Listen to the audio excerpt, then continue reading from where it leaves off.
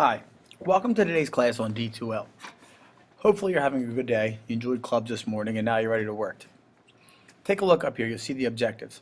By the end of this little discussion, I want you to know how to complete the website evaluation for your Power of One project, to understand how your evaluations will be graded, and then how you'll turn them in. Finally, when it's your time to work, your job will be to locate and evaluate, this is a big word, evaluate potential sources of information for your Power of One project.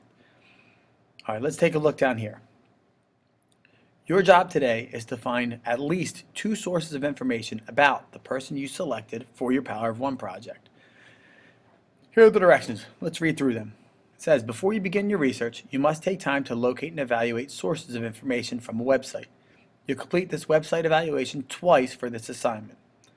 The first thing you'll need to do is to make a new Google document in your Power of One folder and name it Step 2, your last name, period. This is something that I asked you to do, create this folder earlier in the quarter. Make sure you have one. If not, do it now. Then, use any search engine to find possible sources of information about your individual for the Power of One documentary. Make sure you take your time to find good websites you can trust. You may not use Wikipedia for this. Finally, provide the following information for each of 2 different websites in your document, then submit it.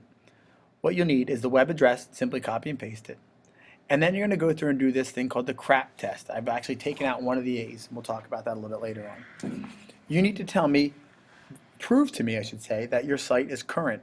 Look for the last time the site was updated.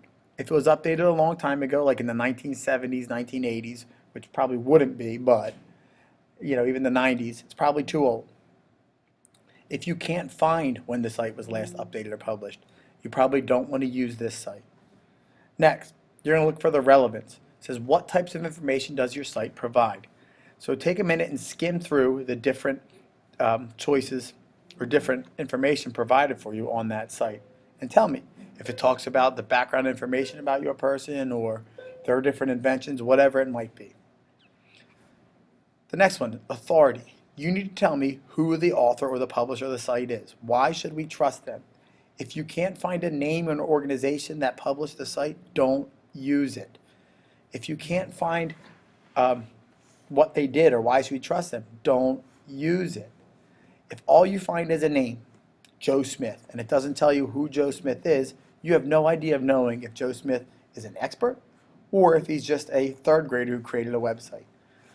There's plenty of sites of information. Make sure you find one where you can find the author and tell us why we should trust them.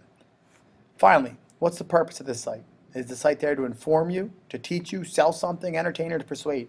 Look for any biases or look for any ideas, thoughts before you're going into it. So you'll do this for 2 different websites. Include all this information on your Google Doc for 2 different websites.